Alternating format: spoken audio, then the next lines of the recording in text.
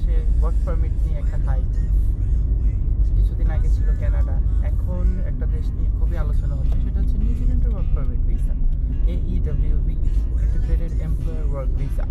বাংলাদেশের যেসব এজেন্সি আছে তারা বলে থাকে 45 দিনে নাকি নিউজিল্যান্ডের ওয়ার্ক ভিসা দিয়ে দেয়, 90 দিনের ভিতরে নাকি আপনাদেরকে নিউজিল্যান্ড পাঠাই দিই।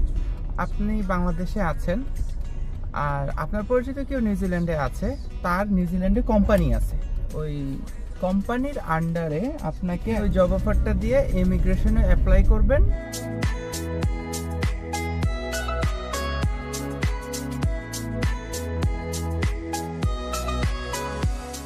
সবাইকে আসসালামু আলাইকুম।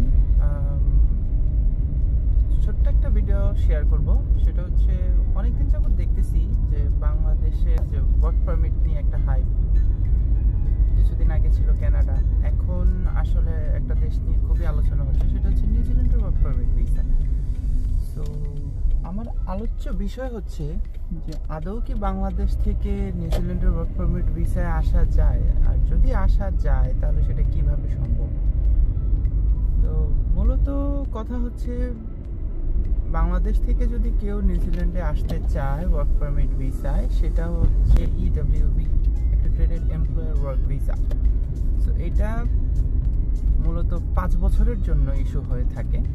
বাংলাদেশের যেসব এজেন্সি আছে তারা বলে থাকে যে 45 দিনে নাকি নিউজিল্যান্ডের ওয়ার্ক ভিসা দিয়ে দেয়, আর 3 মাসের ভিতরে নাকি 90 দিনের ভিতরে নাকি আপনাদেরকে নিউজিল্যান্ড পাঠাই দিবে। আসলে ভাই এটা কতটুকু অথেন্টিক সেটা যারা নিউজিল্যান্ডে আছে তারাই জানে। আচ্ছা, তো ইন্টিগ্রেটেড এমপ্লয়ার ওয়ার্ক ভিসাটা কয় বছরের জন্য ইস্যু হয়, সেটা হচ্ছে যে আগে বললাম 5 বছর। তো ভিসাটা টোটাল প্রসেসিং টাইম আমি যতটুকু দেখছি, যদি ভুল না করে থাকি ইমিগ্রেশনের ওয়েবসাইটে, সেটা হচ্ছে 15 উইকস, অলমোস্ট আপনি ধরে নিতে পারেন 4 মাস। সো আমি বুঝি না যে ওই মানে যারা আসলে আপনাদেরকে ভিসা দিবে 45 দিনে কিভাবে ভিসাটা প্রসেসিং করে দিবে, আমি এটা বুঝি না। আর মূল কথা হচ্ছে যে এই visa, integrated employer work visa পেতে হলে আসলে কি করা উচিত।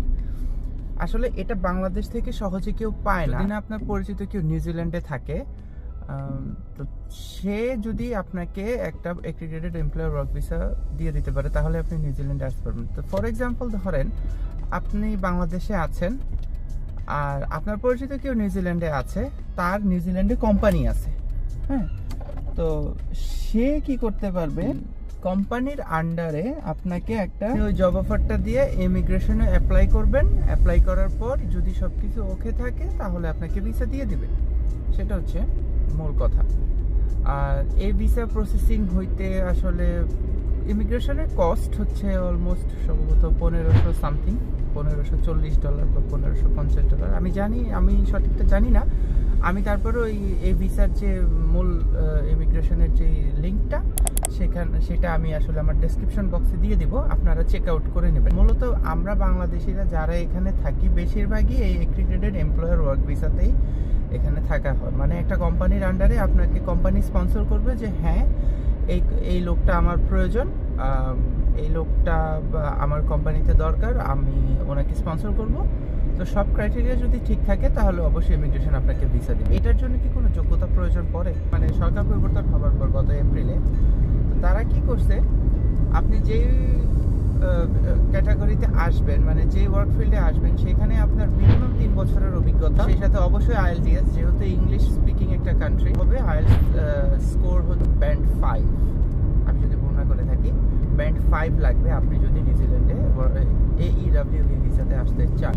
ইন্টিগ্রেটেড এমপ্লয়ার ওয়ার্ক ভিসা নিয়ে বাংলাদেশের অনেক মানে দরবেশ ভাই যারা আছে, এজেন্সি খুলে বসছে, তারা মানে খুব সহজে 45 দিনে আপনাদেরকে ভিসা দিয়ে দিবে। নিউজিল্যান্ডে হিউজ লোকের প্রয়োজন ভাই, নিউজিল্যান্ডে প্রচুর পরিমাণে জব ক্রাইসিস। আমরা যারা নিউজিল্যান্ডে আছি তারা বুঝতে পারি, হ্যাঁ, আপনাকে মিনিমাম স্যালারির জব দিবে ভাই, আপনি বাধ্য হয়ে করতেই হবে, কিছু করার নেই। কারণ নিউজিল্যান্ডে প্রচুর পরিমাণে এখন লোক চলে আসছে, এখন মানে আগের অবস্থাটা নাই।